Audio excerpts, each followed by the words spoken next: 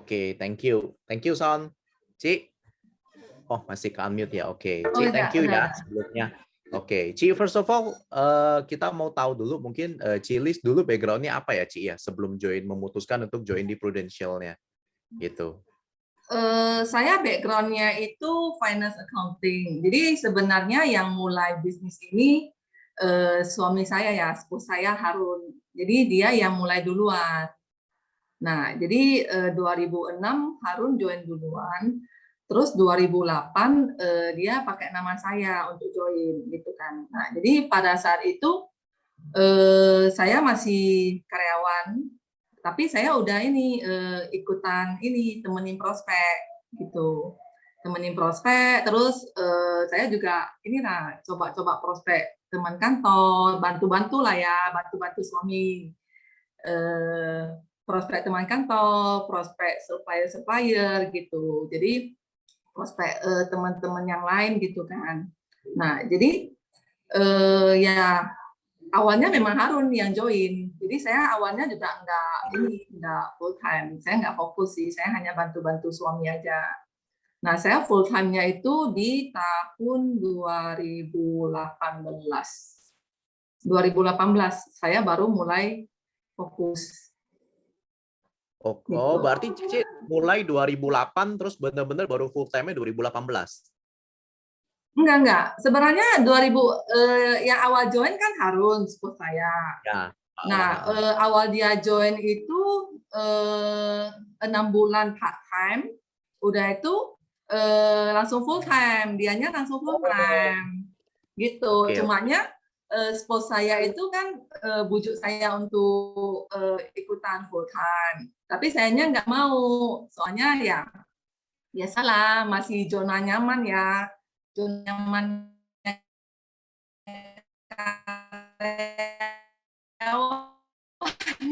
gitu.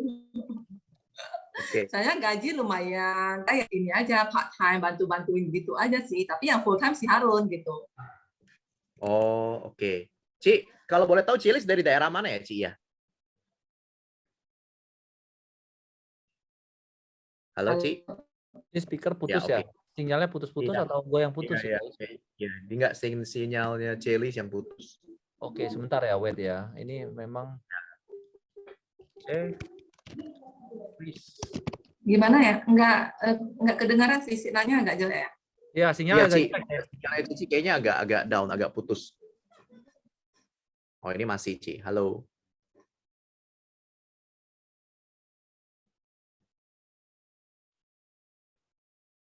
Halo, Ci. Kayaknya masih sinyalnya masih nggak bagus. Son. Ya, gue WA ke itu namanya freeze dulu. Ini kelihatan dari Medan, guys. Ini dari Medan. Jadi kita belajar dari seluruh speaker dari Indonesia. Keluar ya? Kena tendang ya? Iya, dia keluar sendiri. Oke. Oh, ini udah masuk. Oke, spotlight. Ada 2 ya harusnya ya. Yang ini aja, Son. Yang di spotlight. Yang mana satu lagi ya? Ya. Halo. Halo, Ci. Halo, Ci. Dia mengasih sinyalnya kurang. Maaf ya, terputus. Teman-teman. Iya. Nggak apa-apa, Ci. Sekarang udah normal, bentar Ci. Ya, saya pindah bentar ya. Oke.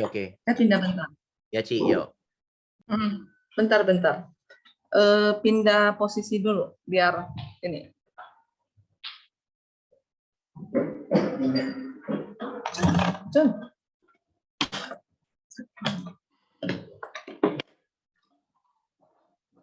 Nah, oke. Semoga di sini lebih bagus. Oke. Nah, ini Ko Arichan udah ketawa nih. Oh, rupanya sponsnya Harun. Iya. Kenal ya kok sama Harun kok. Pernah ke sana kenal gua. Kenal ya? Waktu isi Medan pernah. Iya, awalnya Harun yang full time gitu. Nah, jadi saya ya ikut-ikutan. Diracunin lah sama Harun istilahnya. Ci Lis, sorry, dari Medan ya, Ci ya? Dari kota Medan ya? Dari Medan, asli.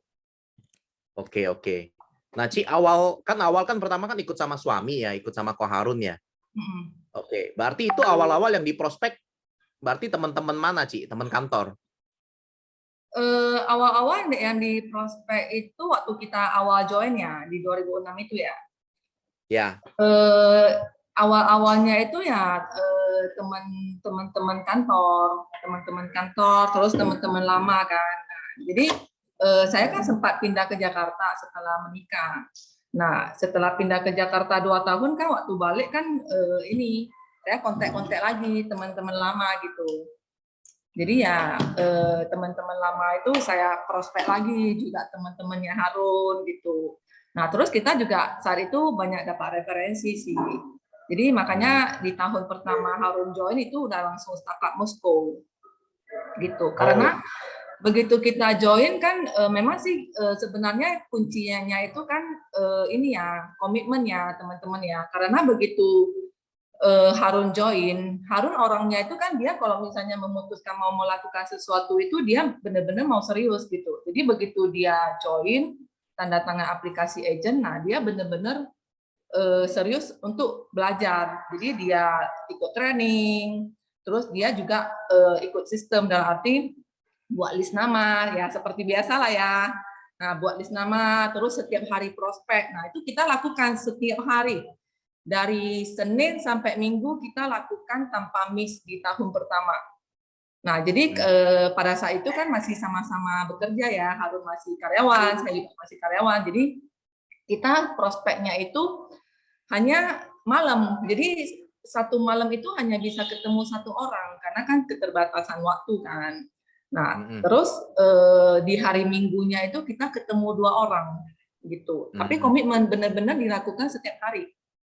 Itu yang membuat kita itu mencapai startup Moskow di tahun pertama Harun join gitu. Oke, Ci, awalnya Ko Harun kok bisa join duluan? Ceritanya gini, saya kan ditawarin sama teman kantor saya Prudential. Nah, terus leadernya itu Dr. Arifin. Nah, jadi pada saat saya di prospek itu, teman saya itu bawa Dr. Arifin. Jadi Dr. Arifin yang jelasin ke saya gitu kan. Nah, pada saat itu kan saya ada simpan nomor handphonenya Dr. Arifin. Karena kan saya juga khawatir kan, nanti kalau misalnya teman saya nggak bisa dihubungi, saya mau hubungi kemana gitu. Otomatis ya saya tangkap kan pasti Dr. Arifinnya gitu kan. Nah, jadi pada saat itu kan masih ini ya ProMed ya, produknya ProMed kan. Nah, terus di 2004 itu kan Prudential kan meluncurkan PHS. Nah, terus nasabah lama kan dapat surat dong dari Prudential bahwa ada produk baru nih. Nah, terus kita ditawari untuk upgrade gitu kan. Nah, pada saat itu saya udah balik dari Jakarta, udah balik ke Medan. Tinggal maksudnya pulang lagi lah ke Medan untuk menetap gitu kan. Nah, terus saya kontak Dr. Arifin bahwa saya mau upgrade polis saya gitu. Nah, terus diundanglah ke ke kantor gitu kan. Nah, pada saat itu si Harun yang banyak nanya. Gitu kan. Jadi sama Dr. Arifin itu direkrut gitu. Dia ya lihat karena Harunnya juga banyak nanya gitu kan, juga lumayan paham tentang asuransi. Nah, Dr. Arifin ini rekrut si Harun gitu. Oke. Kok yang dijelasin apa Cie waktu itu sama Dr. Arifin sampai Ko Harun mau join? Biasa, income 100 juta per bulan. Dalam 5 tahun, income 100 juta per bulan, bisa punya kebebasan waktu, bisa punya kebebasan income. Nah, itu yang dijelaskan. Jadi awalnya Harun juga nggak percaya, masa sih 100 juta per bulan gitu kan. Kayaknya kan di awang-awang gitu loh. Tapi ya setelah kita diskusi, ya kenapa nggak dicoba aja gitu kan. Lagian kan anggaplah ditipu sama Dr. Arifin gitu kan. Tapi setidaknya kan kita ini tahu kebenarannya gitu. Nah, terus saya ngomong ke Harunnya itu gini, anggaplah kita ditipu sama Dr. Arifin ya. Anggap aja kita kan punya polis. Ya udah anggap aja belajar polis sendiri, setidaknya lebih memahami polis sendiri gitu. Nah, tapi kalau misalnya ternyata apa yang diomongin Dr. Arifin benar, nah berarti kan kita punya potensi dong untuk bisa punya income 100 juta per bulan. Ya. gitu. Toh nggak disuruh bayar kan, nggak keluar modal, cuma investasiin waktu aja gitu. Ya udah kita coba. Income 1 juta per bulan itu kayaknya udah SOP orang rekrut sekarang. SOP sekarang 5 tahun 200 juta kok. Oh, iya. Jadi emang waktu sebelum join, waktu mutusin baru join nih, itu waktu itu income memang berapa, Ci? Apakah memang sudah lumayan kah? Karena kan pada waktu itu sudah kerja kan, Cici sama Ko Harun. Waktu mutusin join untuk ukuran Medan, income kita udah lumayan. Karena gini loh, Harun dia kerja kan sebagai manajer operasional lah ya, lapangan gitu kan.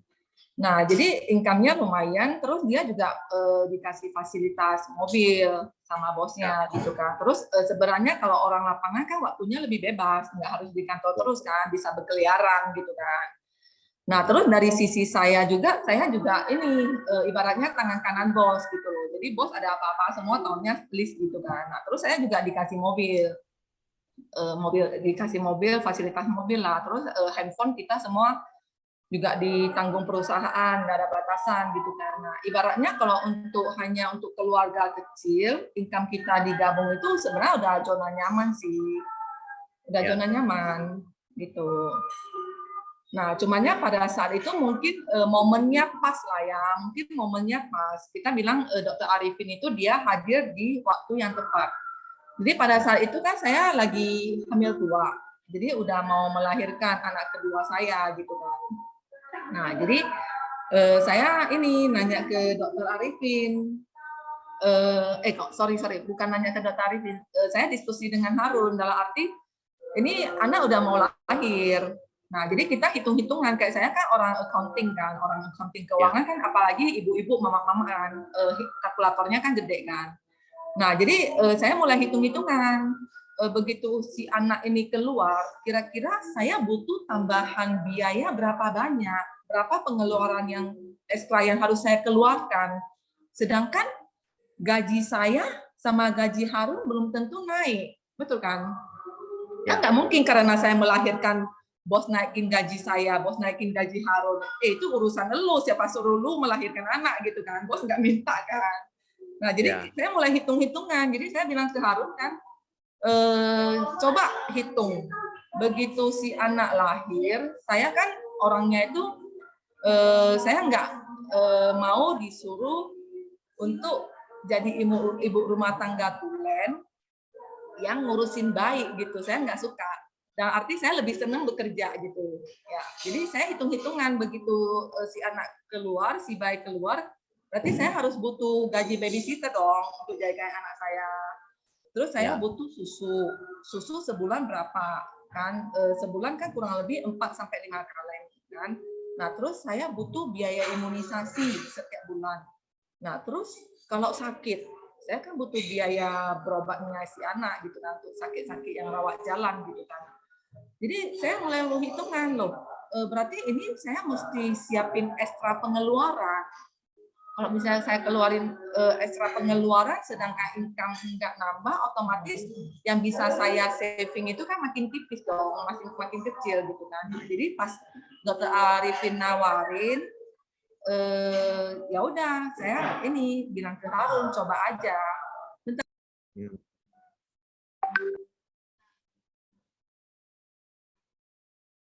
Gitu kok ceritanya. Jadi mungkin waktunya, momennya memang pas pada saat saya mau melahirkan, butuh tambahan income. Oke, jadi karena mungkin momentumnya pas, akhirnya Ko Harun juga dorongan Cece mutusin mulai. Tapi akhirnya Ko Harun perlu waktu berapa lama Cece sampai dia benar-benar resign dan full time di Prudent-nya?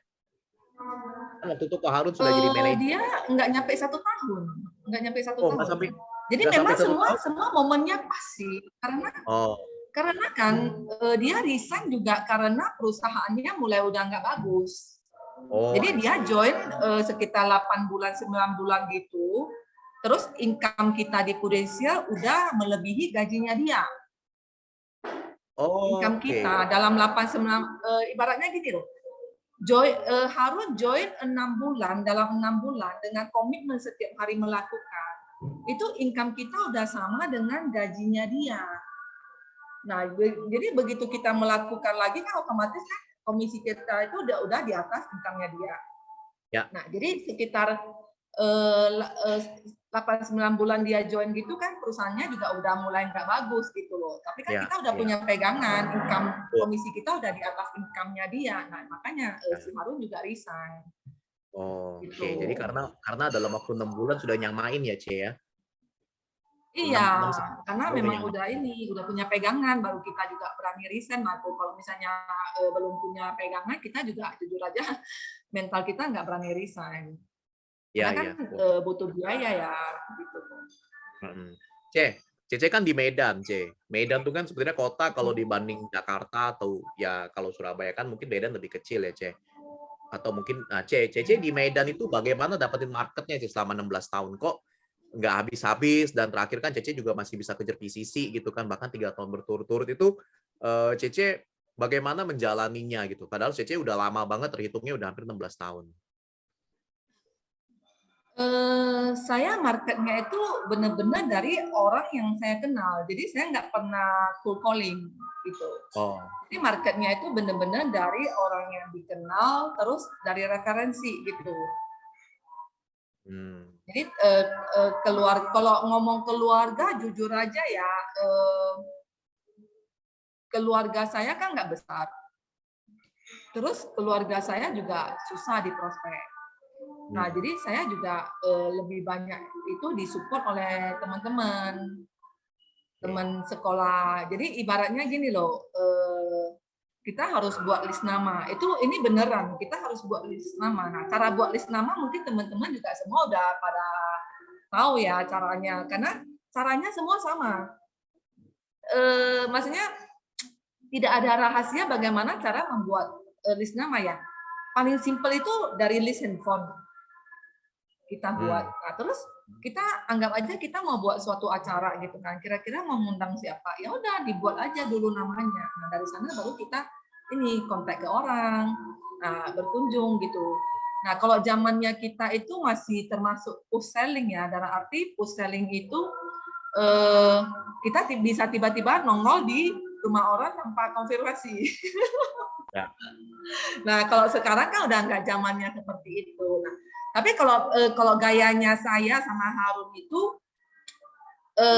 tiba-tiba nongol di rumah orang itu saya udah menganggap push selling gitu. Karena kan sebenarnya push selling itu agak kurang nyaman lah ya. Tapi kita nggak pernah seperti orang yang push selling itu orang nggak mau masuk, kita nggak mau pulang gitu kan sampai jam 1, jam 12. Pokoknya nggak tanda tangan nggak mau pulang lah. Saya nggak pernah seperti itu. Jadi yang saya kurang nyamannya pada saat itu nggak buat janji tiba-tiba nongol di rumah orang. Nah, itu yang saya menganggap itu saya push selling sih. Ya, oke. Oh, Ce, ini kan Cece kan benar-benar full dari networking teman-teman ya, Ce ya, dan nggak pernah cold calling, Ce. Nah, tapi kadang-kadang kan ada agent atau mungkin dari sebagian dari kita kan juga berpikir, aduh ini mau prospek siapa lagi gitu ya, mau prospek siapa lagi ya. Padahal, nah kalau Cece kan sebenarnya kan memang benar-benar full dari networking kan. Menurut Cece, kenapa bisa ada kadang-kadang agent yang berpikir, waduh kayaknya mau prospek siapa lagi, bingung ya. Mungkin temannya sebenarnya juga sudah ada gitu. Apakah memang nggak menggali lebih dalam lagi? Nah, kalau sebenarnya mau prospek siapa lagi, kalau menurut saya ya, pengalaman saya pribadi, saya lebih banyak reselling nasabah saya. Gitu. Nah, jadi kalau misalnya kita memang rutin untuk memantau lah ya, mempelajari polis-polis nasabah kita. Nah, itu kan pasti kan kita kan pasti tahu dong isi polisnya itu.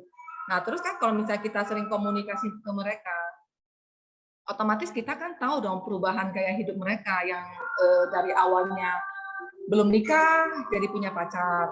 Nah, ini contoh kasus saya lah ya. Contoh kasus saya itu saya prospek teman kantor saya.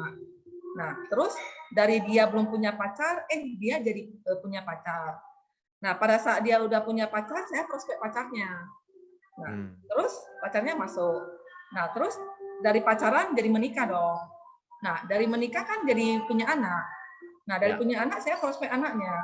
Nah, padahal saudaranya itu sendiri, saudara kayak family-nya itu sendiri, agennya Prudential, sama-sama di Medan. Jadi Ya. waktu hamil aja udah di booking lah, nah, nanti anak lu masukin ke saya gitu loh. Nah, tapi dianya nggak mau, dianya tetap mau masuk ke saya gitu. Jadi saya selalu mereview polis nasabah saya. Jadi dalam arti awalnya mungkin waktu dia masuk itu kan cuma hamil yang kesehatan. Nah, setelah dia berumah tangga, ya udah saya ini tawarin asuransi jiwa. Nah, terus Prudential ada keluar kayak produk baru kayak CCB gitu kan, untuk proteksi income ya saya tawarin lagi. Jadi dari satu keluarga itu mereka bisa punya polis, beberapa polis dari saya gitu. Jadi sebenarnya yang saya lakukan ini selama 16 tahun ini itu kebanyakan reselling loh. Kebanyakan reselling terus, karena ya otomatis kalau misalnya dia punya anggota keluarga baru kan itu punya potensi. Nah, terus orang tuanya juga punya potensi. Nah, itu yang saya gali-gali terus. Nah, terus saudara-saudaranya gitu kan. Ya udah, saya minta referensi, gali ke saudaranya. Ya seputar-seputar itu aja sih. Gitu. Oke. Cece awal-awal nawarinnya bagaimana, Cece, waktu awal jadi agent? Mungkin kan kalau sekarang kan Cece sudah punya trust yang kuat banget nih, ya kan? Karena udah 16 tahun. Tapi Cece waktu awal-awal itu bagaimana Cece nawarin di Medan itu? Maksudnya cara prospeknya? Ya, betul. Awal-awal. Waktu Cece awal-awal jadi agent, Cece prospeknya bagaimana dulu? Kalau 16 tahun yang lalu, cara prospek semua agen asuransi Prudential sama. Rekening Pak Ali. Pak Alinya udah migrasi. Ya Kasihan Pak rekening Ali, Pak Ali. nggak mati-mati gitu. Oh, oke. Oke, Cek, ini Iya, aku cuma mau sekarang kalau misalnya zaman sekarang udah nggak zaman lah ya kita prospek pakai rekening Pak Ali. Ya. Lebih bagus sih kita prospek pakai konsep financial planning. Nah, itu lebih bagus untuk zaman sekarang. Jadi zaman sekarang udah nggak zaman lah, Pak Ali udah pulang kampung. Oke.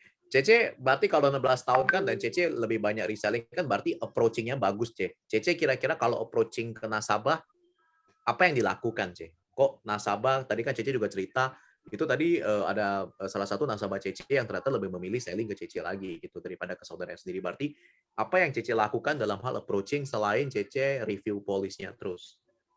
Approach-nya Saya bagaimana? kadang suka ini kayak kadang sekedar main ke rumah atau ke kantornya itu kan hanya sekedar main doang, hanya ngobrol, Ya. tapi nggak menawarin apa-apa. Nah, kadang via telepon gitu karena kalau dulunya itu kan pakai supir. Jadi kalau lagi di jalan gitu kan bosen ya, nggak ada yang dilakukan, ya udah saya nelpon hanya sekedar ngobrol-ngobrol. Terus kalau misalnya ada kesempatan, ya udah saya nyerempet ke asuransi gitu loh. Tapi kalau misalnya memang momennya nggak memungkinkan untuk nyerempet ke asuransi, ya udah nggak ngomongin asuransi. Gitu. Jadi yang penting Cece ada lakukan paling tidak ada komunikasi ya, Ce, yang berkala gitu ya, Ce. Iya, komunikasi. Oke. Ce, lalu gini, Cece kan dalam 16 tahun kan pasti marketnya grow terus kan. Contoh misalnya Cece baru kenalan nih sama orang baru. Lalu Cece kira-kira masuknya kapan, Ce, untuk ngomong insurance? Kalau baru kenalan orang baru, kenalnya di mana dulu dong? Kalau misalnya kenalnya misalnya dari contoh, teman, ya, kalau misalnya contoh Cece lagi nungguin ATM nih, ngantri ATM, biasa kan kalau kita kan orang insurance kan kadang-kadang suka toel kiri, toel kanan, kenalan di situ. Nah, kira-kira Cece kalau Cece pernahkah ngelakuin seperti itu? Kalau memang iya, enggak. nah Cece kira-kira kapan masuk ke insurance-nya? Saya nggak pernah lakuin itu sih. Oh, jadi Nggak Cece pernah. benar-benar murni market yang udah dikenal dan memang by reference aja ya, Ce ya? Iya, kalau misalnya orang yang baru dikenal pun kebanyakan misalnya nih kita kumpul-kumpul bareng temen gitu kan. Ada yang bawa temen gitu loh. Berarti kan teman baru dong. Ya. Nah, dari sana itu kan pasti ngobrol-ngobrol dulu. Ngobrol-ngobrol tapi ya nggak singgung asuransi dulu gitu. Nah, terus kalau misalnya udah ketemu beberapa kali, nah baru saya ini tuker-tukeran handphone. Itu dulu ya. Tapi kalau sekarang itu lebih enak loh teman-teman. Sekarang ini kalau misalnya kita baru kenal dengan orangnya, Kayak misalnya kumpul-kumpul sama teman, terus ada teman baru yang nimbrung gitu kan.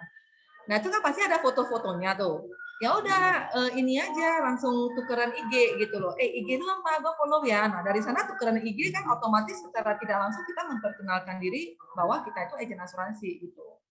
Ya. Nah, jadi dari sana itu nanti ya saya coba pendekatan dulu, pendekatan ngobrol-ngobrol beberapa kali beberapa kali pendekatan, baru nanti saya cari momentum, cocok nggak, bisa nggak masuk menyinggung tentang asuransi. Kalau bisa ya udah saya coba masuk, nanyain, ngomong-ngomong lu punya asuransi di mana? Ya, terus ya dia ngomongnya gimana? Kalau misalnya dia belum punya sama sekali, ya berarti kan saya punya peluang dong untuk nawarin.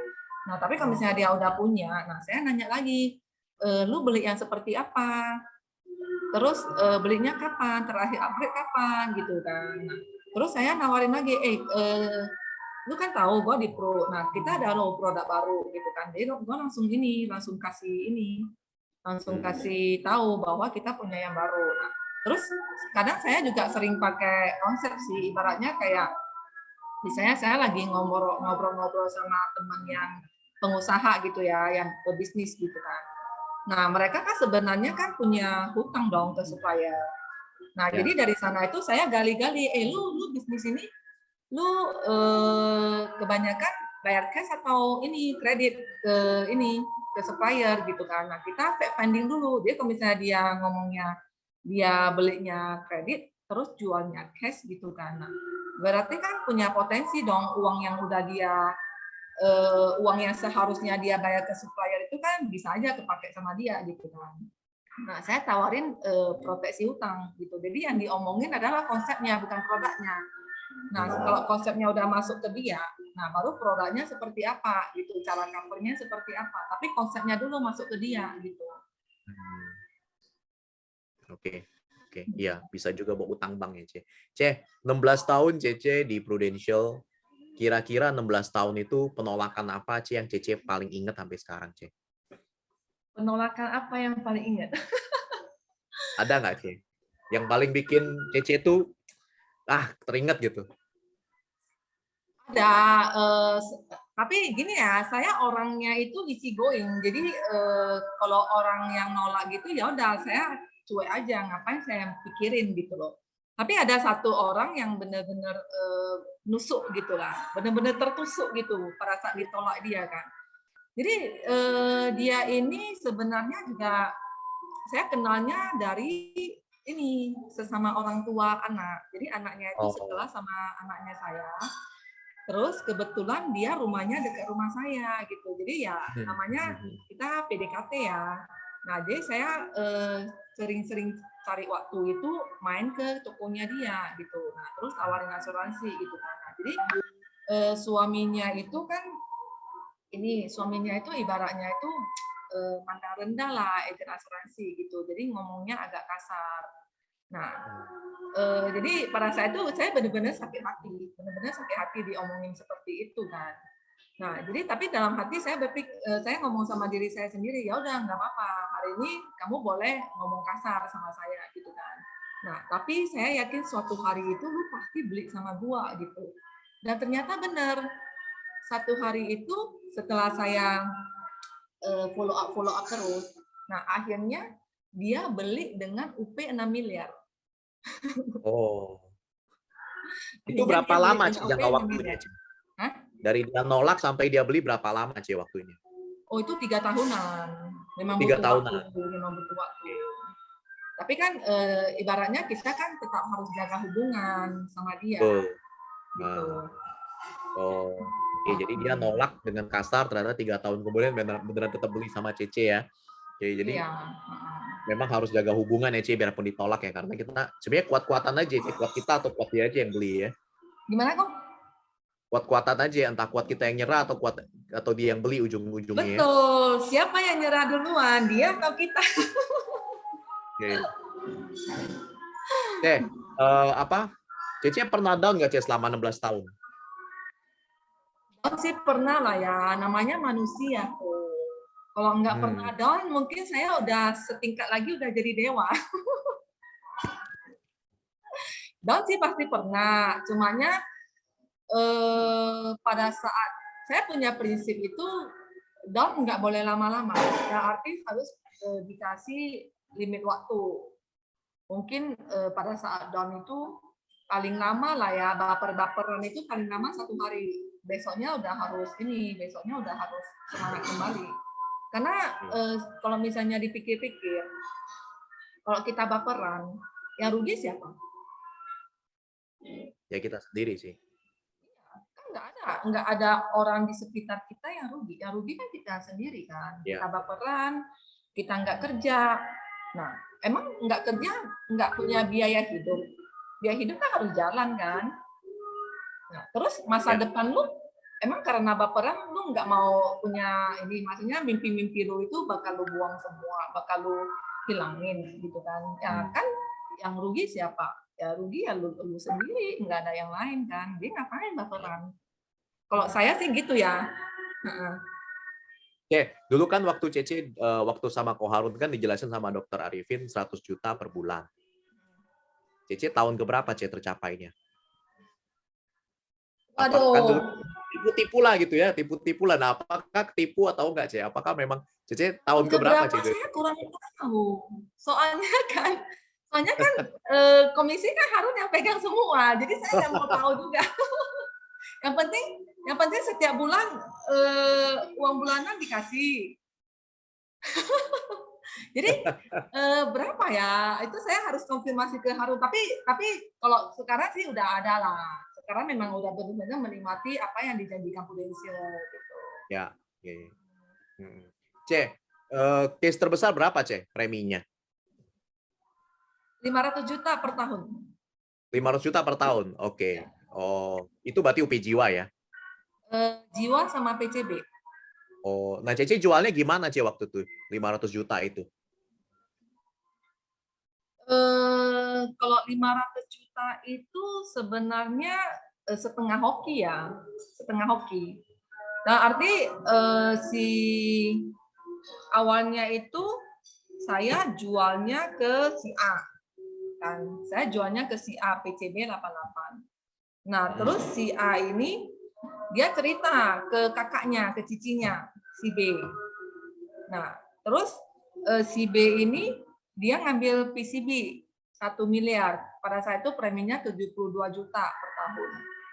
Nah, setelah itu saya pendekatan dong dengan si B ini. Karena kan saya udah lihat bahwa dia keuangannya mampu gitu kan. Jadi saya pendekatan itu kan pendekatan ke suami, masalah untuk masukin ke suaminya gitu.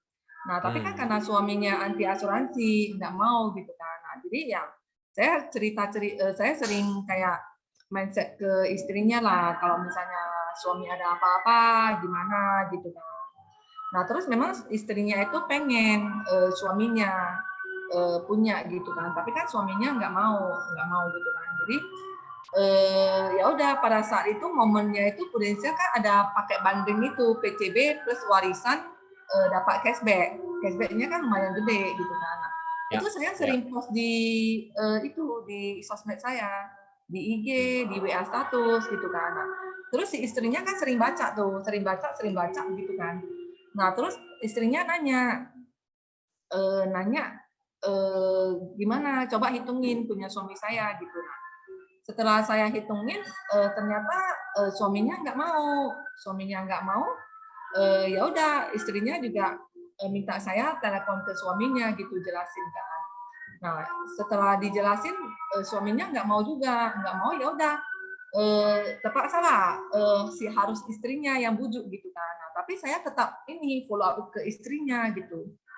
Saya tetap follow up ke istrinya sampai suaminya mau gitu. Jadi istrinya lah yang bujuk suaminya. Jadi akhirnya closing 500 juta per tahun gitu. Yang cashback loyalty ya kayaknya, Ce ya? Iya, Oh, yang tahun lalu ya? Iya, yang kalau misalnya kita ngambil bundle PCB sama warisan, nah itu kan cashbacknya gede. Gitu. Iya. Dari momen itu. C, sekarang banyak kan jual apa, C? UP Jiwa kah atau kesehatan atau semua? Sebenarnya saya lebih fokus jualan ke PCB ya, penyakit kritis. Sekarang kan PKKS, jadi saya lebih fokus Ya. untuk sharing ke penyakit kritis. Nah, Oh. tapi sebenarnya market terbesar itu memang masih PSS ya, kesehatan ya. Ya. Itu market yang paling besar sih, karena kita nggak pengen jual itu, tapi permintaannya itu mau nggak mau kita harus jual gitu. Nah, Ya. tapi kalau misalnya yang udah punya kesehatan, nah, selalu saya ini arahkan lagi untuk beli PCB atau PKKS gitu. Nah, kalau nawarin PCB gimana, Ce? Contoh saya udah punya PSS nih kalau atau tawarin PPHP. PCB ini saya share screen ya. Biar Oh, ini boleh, ya. boleh. Boleh Ya. Boleh. Ya, thank you, Ce ya. Ini kita biar belajar bagaimana Cilis selling PCB-nya. Ini kelihatan ya? Kelihatan, Ce. Oke. Nah, kalau cara yang selalu saya lakukan untuk tawarin PCB, nah, saya selalu ini pertama itu saya tunggu ya, ini kok enggak? Tunggu. Tensionnya belum nyambung.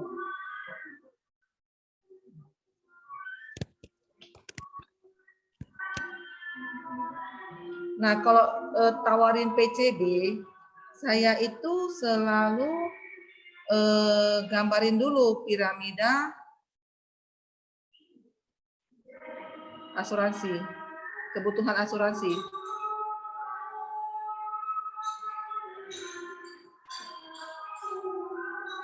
Saya selalu gambarin dulu piramida kebutuhan asuransi. Jadi saya jelasin dulu ke klien saya bahwa ada piramida kebutuhan asuransi. Jadi asuransi itu nggak asal beli, kita mesti tahu dulu step by step-nya.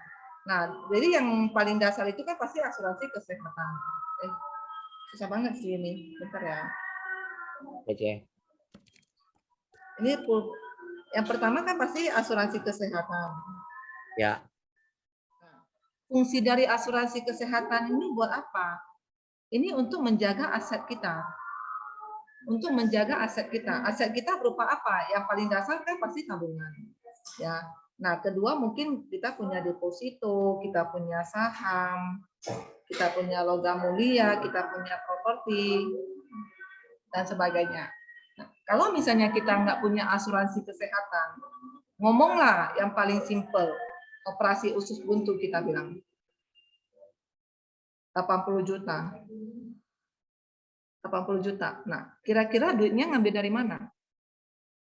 Pasti dari tabungan dong. Iya kan? Kita ngambil dari tabungan, otomatis tabungan kita kan berkurang. Karena tabungan kita berkurang, otomatis aset kita berkurang. Nah, jadi yang paling dasar itu memang asuransi kesehatan. Nah, kalau misalnya kita udah punya asuransi kesehatan, kita harus punya asuransi penyakit kritis. Nah, asuransi penyakit kritis ini tujuannya buat apa? Untuk income replacement, proteksi income. Nah, income replacement itu seperti apa? Yang Ko Julius tahu, kira-kira penyakit-penyakit apa yang buat kita tidak bisa bekerja? Stroke, cancer. Nah, stroke, cancer. Nah, pada saat kita terkena salah satu stroke atau cancer, kita tidak bisa bekerja. Apakah biaya hidup kita itu berhenti? Penghasilan kita berhenti, apakah biaya hidup kita berhenti? Ya. Enggak dong. Nah, pada saat kita stroke atau kita bilang kanker ya, atau penyakit lain misalnya jantung. Nah, ini penyakit ini, aduh ini kok begini ya? Nggak apa-apa lah ya. Bapak, banyak garisnya. Nah, pada saat itu biaya hidup kita itu kan nggak bisa berhenti, malahan bengkak, betul nggak? Malahan bengkak. Banyak hidden cost yang pada saat kita sehat itu nggak ada, tiba-tiba pada saat kita sakit itu bermunculan, betul kan? Nah, saya suka pakai storytelling dalam arti kayak inilah ya. Saya kan baru kena cacar api. Saya baru kena cacar api kan. Nah, dia saya pakai cerita ini. Saya ngomongnya, saya bilangnya kayak gini. Nah, lu bayangin lah. Contoh lah, kayak saya aja yang kena cacar api. itu sepele loh. Penyakit yang sangat sepele, dalam arti nggak butuh biaya yang sangat besar. Nah, tapi itu aja pengeluaran saya itu bertubi-tubi loh. Padahal pengeluaran ini nggak saya butuhkan pada saat saya sehat, tapi hanya karena cacar api, saya ke dokter udah berapa kali. Nah, terus orang bilang makan apa, pakai apa, bagus, itu saya beli semua. Itu setiap hari pengeluaran itu bertubi-tubi. Itu dalam kondisi saya masih berpikir jernih, dalam arti pikiran saya masih sehat, badan saya masih sehat, saya masih bisa bekerja, saya masih bisa punya penghasilan, itu aja banyak ekstra pengeluaran loh. Nah, lu bayangin lah kalau misalnya suatu hari dalam kondisi stroke atau kanker, itu tiba-tiba hidden cost yang bakal muncul itu berapa banyak. Ini aja cacar api gini aja saya udah kira-kira ekstra cost yang saya keluarin udah 2 jutaan loh. Ini hanya cacar api. Belum kalau misalnya stroke atau kanker itu otomatis kan pengeluarannya lebih banyak kan. Nah, makanya itu kita butuh income replacement. Nah, yang ketiga itu adalah jiwa. Nah, jiwa ini adalah untuk warisan.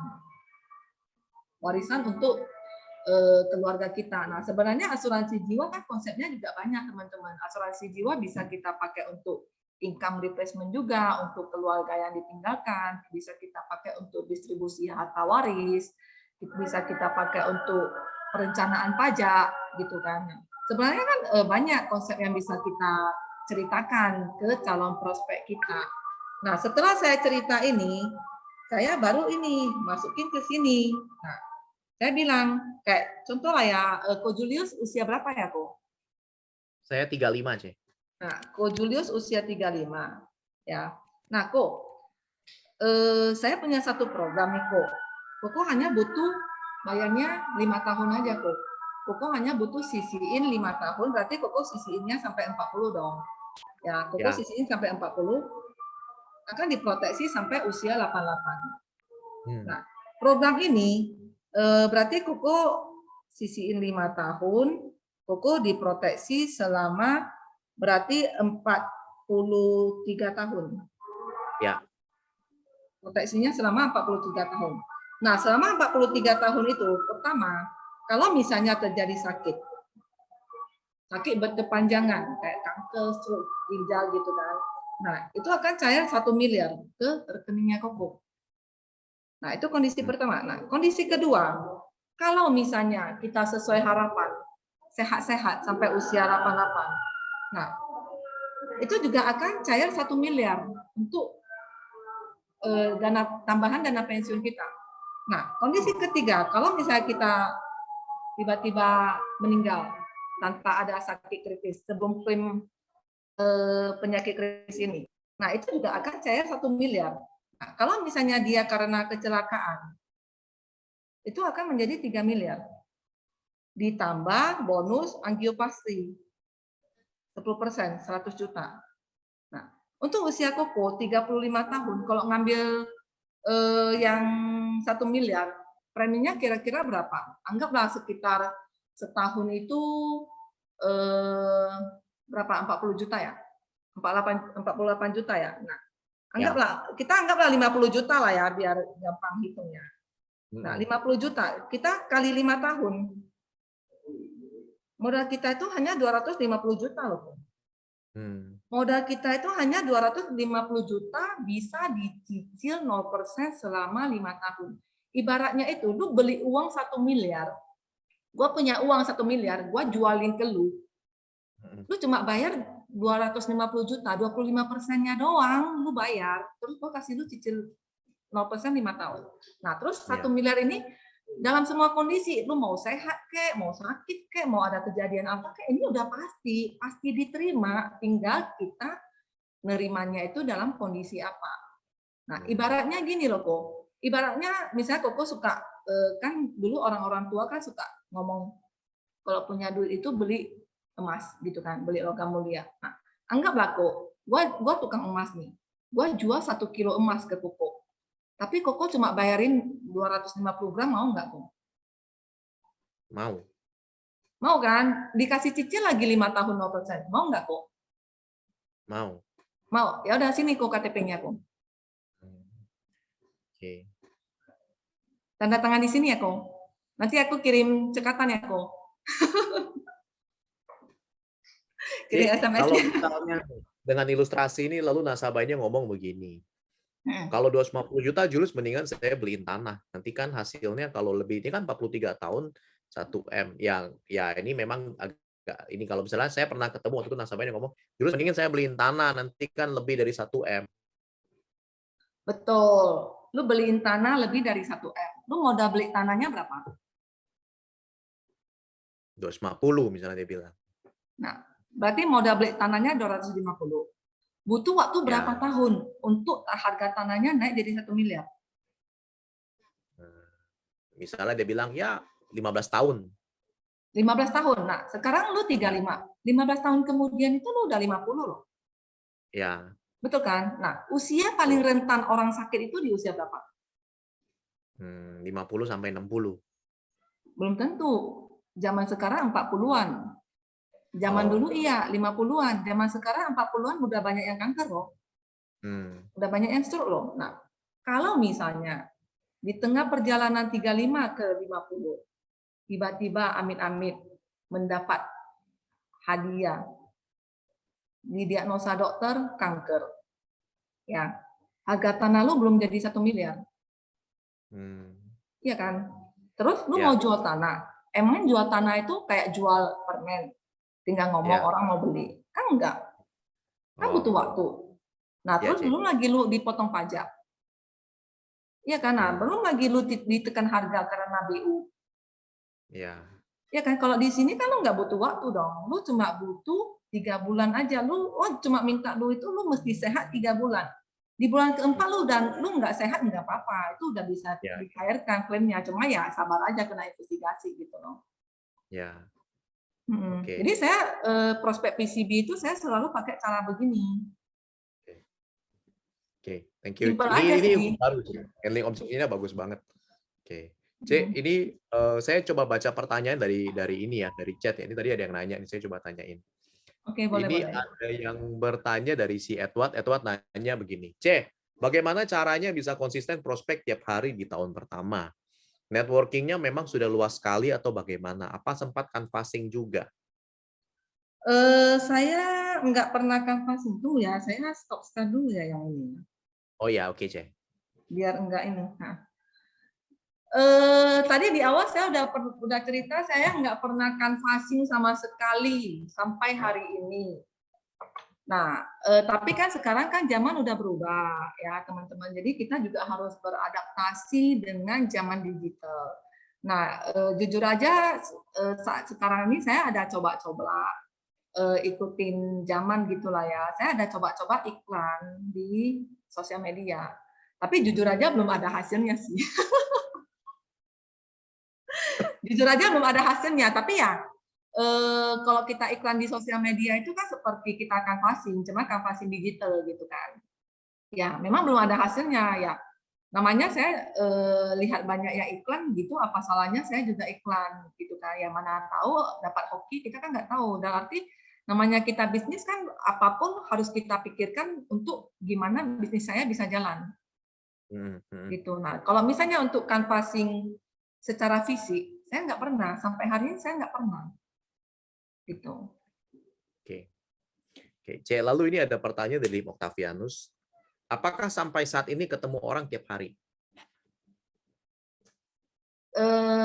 Sampai saat ini saya ketemu orang itu setiap hari itu via virtual. Sejak 2020 COVID, saya nggak pernah ketemu orang lagi. Sebenarnya ini nggak bagus ya, jadi mager ya. Sampai inilah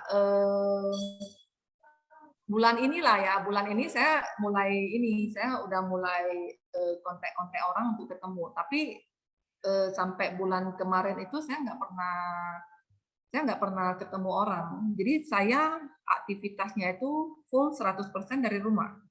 Jadi apa yang saya lakukan itu ya setiap hari itu saya buka Provos, terus review polis nasabah, terus saya cek ke dia, infoin invoice dia, terus infoin produk baru Prudent, yang mana tahu aja dia tertarik gitu kan. Nah, Ya. kalau misalnya dia tertarik, ya udah saya pakai cekatan aja gitu. Oke. Jadi selama Cek. ini di tahun ini saya closing juga semua nggak ketemu, semua pakai cekatan. Wow. Jadi mager, malas keluar.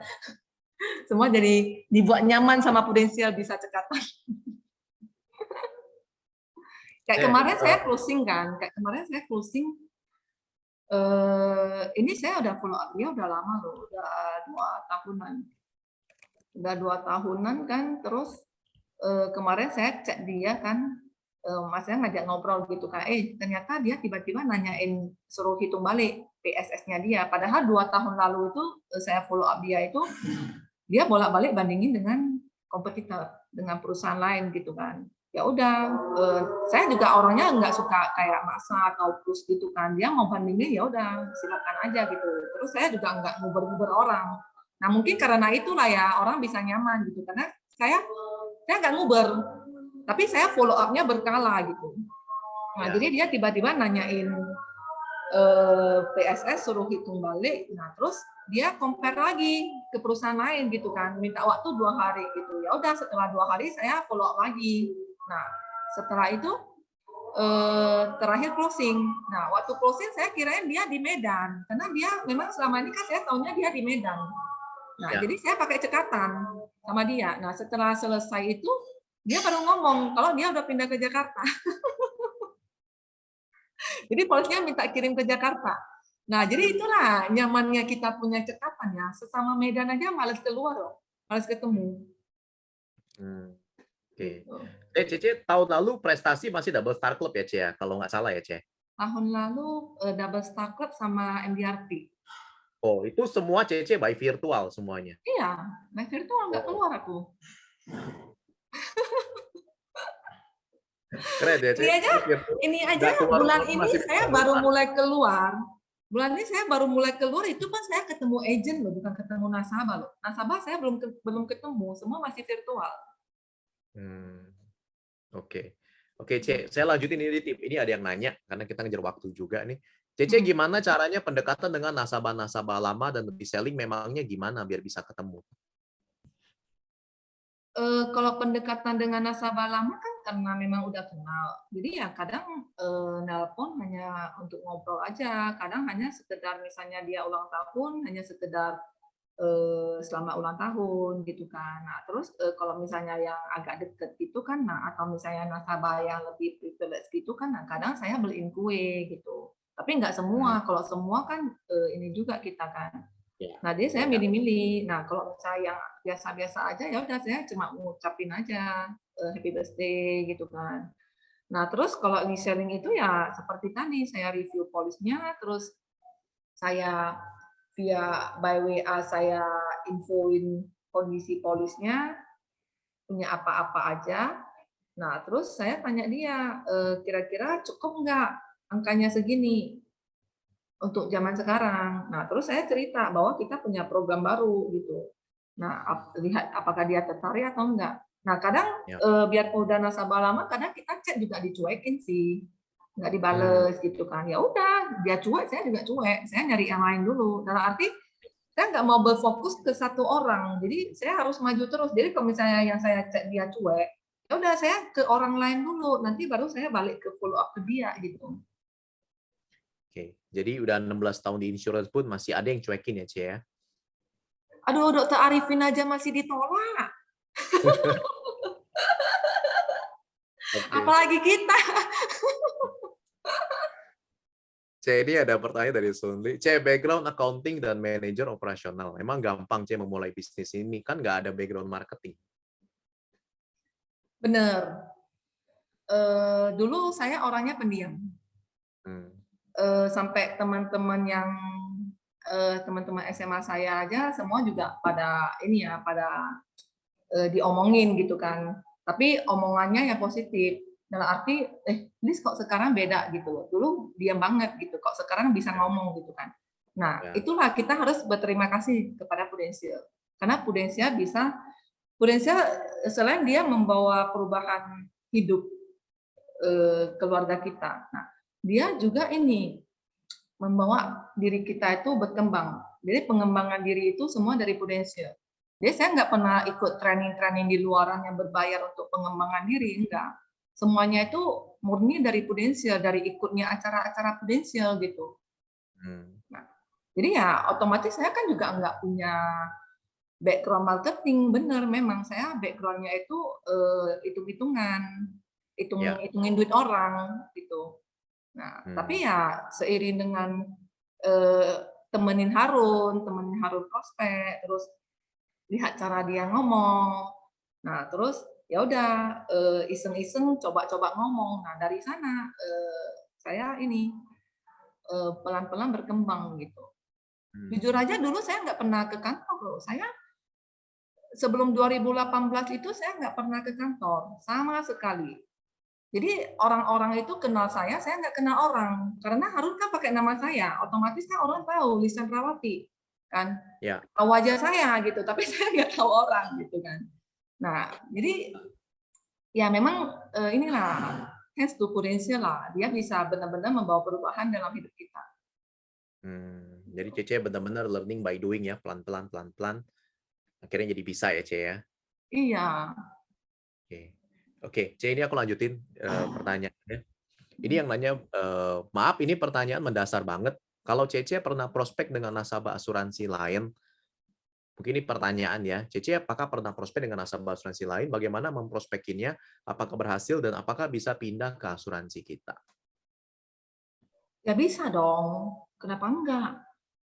Lagian ini kalau misalnya kita ketemu dengan proposal toko sebelah kan udah ini ya, udah makanan sehari-hari lah. Yang perusahaan asuransi kan bukan Prudential doang, kan banyak. Otomatis kalau misalnya kita punya aktivitas, kita bakal banyak ketemu dengan proposal toko sebelah. Iya kan, Koran? Nggak mungkin kita nggak pernah ketemu dengan proposal toko sebelah. Nah, kalau misalnya kita ketemu proposal toko sebelah, yang saya lakukan adalah saya minta proposalnya sama nasabah. Udah itu saya buat perbandingan secara netral. Jadi kita ngomong pakai data, bukan pakai ludah. Yang sering, sorry aja lah ya kalau agak kasar ya. Yang sering saya temui itu kualitas agen toko sebelah itu benar-benar nggak sama seperti kualitas agen Prudential loh. Kualitas toko sebelah itu, mereka itu pertama tukang menjelekkan orang. Ya, katanya. Kedua, mereka ngomong pakai ludah, nggak pakai data. Iya, katanya. Nah, terus ya, yang harus kita lakukan itu adalah mengedukasi nasabah-nasabah itu. Bahwa cara mengedukasinya itu seperti apa? Ya udah, kita tunjukin data, kita tunjukin datanya. Nah, misalnya nih, proposalnya preminya segini gitu kan. Nah, di kita segini. Ya udah, saya buat aja perbandingannya. Apple to apple, dalam arti premi saya bandingkan dengan premi. Biaya asuransi saya bandingkan dengan biaya asuransi. Nah, fasilitas saya juga bandingkan dengan fasilitas. Jadi kalau misalnya yang sering kita temukan itu kan yang mungkin produk yang paling banyak teman-teman jual itu kan pasti kan PPH ya, yang kesehatan. Nah, itu saya buat tabel perbandingannya itu per fasilitas. Jadi saya buat tabelnya itu satu-satu. Jadi langsung perbandingannya di toko A itu fasilitasnya seperti apa, di kita apa. Jadi yang kelebihannya itu langsung saya highlight. Nah, terus saya tunjukin ke nasabah. Nah, lu lihat yang kelebihannya paling banyak itu siapa? Nah, terus lu lihat biaya asuransinya lebih mahal siapa? Nah, dari sana mereka kan jadi, oh iya, ternyata benar, ternyata yang diomongin sama agen toko sebelah itu nggak benar gitu. Nah, dari sana saya closing. Bahkan nasabah saya ada loh agen asuransi toko sebelah. Tapi ngambilnya di Prudential loh. Jadi teman-teman, kita harus percaya terhadap diri kita sendiri. Harus percaya dengan kemampuan kita. Kalau kita nggak percaya dengan diri kita sendiri, siapa yang mau percaya sama kita? Gimana caranya lu meyakinkan orang kalau lu sendiri nggak yakin? Betul. Betul kan? Jadi harus inilah, ibaratnya itu fight sampai akhir lah. Pokoknya dapat proposal apa, kita harus yakin kita punya kelebihan. Punya kita pasti lebih bagus dari mereka. Kita tonjolkan aja kelebihan kita. Kejelekan orang nggak usah dibahas. Kecuali kita punya datanya. Nah, jadi kalau misalnya kita buat comparison gitu kan otomatis kan mau nggak mau kan pasti adalah sedikit ngomong kejelekan orang. Tapi kita ngomongnya pakai data, bukan asal cuap, asal ngomong gitu loh. Nah, dari sana kan nasabah bisa nilai kita kan. Nah, dari sana teman-teman. Oke. Ini saya baca pertanyaan terakhir dari Yunus ya. C, ini Yunus ada nanya, C, bagaimana cara menawarkan dengan orang berada, tapi dia nggak percaya sama asuransi? Orang berada ini bukan orang kaya ya. Saya dekat sama istrinya, pernah nanya udah punya asuransi belum? Lalu dia jawab nggak ada, karena suaminya nggak percaya kalau mau nawarin ke suaminya langsung. Cara ngomong ke suaminya gimana ya? Sedangkan kalau izin mau ngomong asuransi, pasti ditolak duluan. Jadi ini udah dapat rejection di awal nih, sebelum ngomong apapun. Kalau misalnya ketemu orang yang seperti ini, jujur aja butuh extra effort ya. Butuh extra kesabaran. Follow up-nya pasti bakal panjang. Nah, jadi kuncinya itu ya ini aja, tetap jaga hubungan aja. Kalau misalnya dekat istrinya, misalnya hubungan kita itu lebih dekat ke istrinya, ya udah deketin aja terus istrinya. Nah, terus racunin terus istrinya pakai bukti klaim. Nah, maksudnya nakut-nakutin lah, nakut-nakutin istrinya itu pakai bukti klaim, apalagi kalau istrinya ibu rumah tangga. Nah, terus nakut-nakutinnya itu pakai storytelling. Pakai storytelling. Jadi orang yang udah kejadian, nah kita sering ceritain itu ke istrinya. Ibaratnya itu kan kita nakut-nakutin secara tidak langsung. Jadi nanti biar istrinya aja yang ngomong ke suaminya, yang kayak kasus saya 500 juta api itu. Ya. Saya nggak bisa mengakses suaminya karena suaminya blok. Ya udah saya akses ke istrinya aja terus. Jadi dia istrinya aja yang masuk ke suaminya. Gitu. Oke. Thank you. C, ini last questions. Cece ada tips and trick nggak, C, buat agent saat ini mungkin yang masih baru, yang sedang mungkin struggle, yang mungkin sedang down. Cece, apakah ada tips and trick-nya, C, untuk mereka? Bagi teman-teman yang lagi down atau agent-agent inilah ya, untuk teman-teman agent baru lah ya, atau yang lagi down, nah lagi struggle ya, percayalah bahwa Prudensial itu udah benar. Teman-teman berada di Prudensial itu udah benar, karena Prudensial itu sudah terbukti merubah kehidupan banyak orang. Dan apa yang dijanjikan Prudensial itu benar-benar terbukti dan sudah dinikmati oleh banyak orang. Dan kita mesti percaya sama Prudensial. Kenapa? Karena sudah terbukti selama saya 16 tahun di Prudensial. Itu syarat klaim Prudensial itu paling gampang loh dibandingkan dengan syarat klaim toko-toko sebelah loh. Nah, terus Prudensial itu termasuk perusahaan yang benar-benar always listening, always understanding. Dalam arti kadang ya klaimnya udah ditolak, tapi kita maksudnya bisa kita tinjau ulang, kita sampaikan lagi data-data pendukung, itu bisa di-approve loh. Tapi kalau di perusahaan lain itu ya udah close case, ya udah close gitu, nggak bisa di-open lagi. Kalau di Prudensial bisa loh. Gitu nah. Terus mungkin teman-teman boleh duduk merenungkan kembali. Sebenarnya tujuan teman-teman datang ke Prudensial untuk apa? Apa yang teman-teman cari di Prudensial? Apa yang pengen teman-teman dapatkan di Prudensial? Pegang terus itu dan lakukan saja. Nggak usah banyak pikir, aktivitas saja. Itu semua bakal teman-teman dapatkan di Prudensial. Gitu. Ya. C, ini terakhir, C, benar terakhir. Cece, tadi terakhir nggak habis-habis. Terakhir, C, terakhir. Oh iya, beneran. Beneran ya? Bener. Cece ngelihat bisnis Prudensial seberapa besar, C? Dan Cece punya cita-cita di Prudensial itu mau apa, C? Saya punya cita-cita usia 50 tahun saya udah harus pensiun. Dalam arti saya udah kerja santai, saya nggak mau kerja keras lagi. Jadi saya udah punya tim yang besar, saya udah punya penghasilan yang unlimited, saya udah punya bisnis autopilot, dan semua itu adanya di Prudential. Bisa jalan-jalan ke luar negeri gratis, keliling dunia, itu semua adanya di Prudential. Jadi ini yang salah satu membuat saya itu setiap tahun itu semangat, karena saya orangnya hobi traveling, apalagi yang gratis gitu loh. Jadi setiap saya kerja itu yang saya pikirkan itu adalah, oh nanti saya bisa ke sini, nanti saya bisa ke sini gitu. Nah kayak tahun ini kan kalau misalnya kita kerja kan nanti tahun depan kan ke New York dan Miami. Ya udah, saya mikirin itu aja. Jadi kalau misalnya pada saat saya down itu, ya udah saya mikirin aja. Oh, kalau misalnya saya down, kalau misalnya saya baperan, saya bakal nggak kemana-mana, di rumah aja gitu kan. Tapi kalau misalnya saya aktivitas, saya punya potensi, punya peluang untuk bisa ke Amerika. Oke. Thank you, Cilis, sharingnya.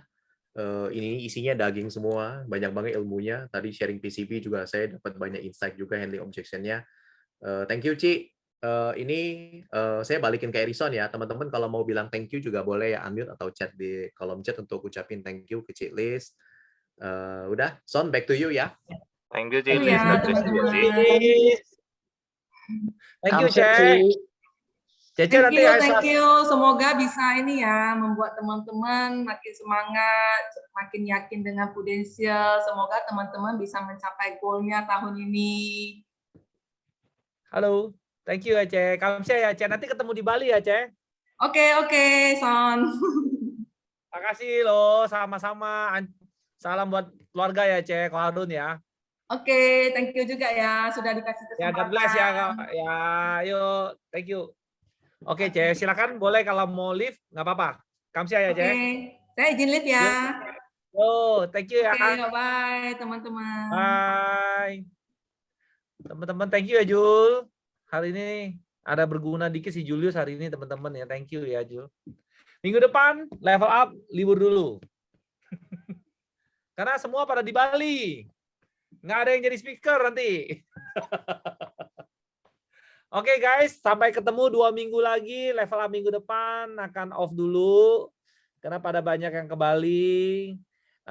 Takutnya speakernya nggak ada yang nemenin. Oke, thank you ya semuanya. Bye semuanya.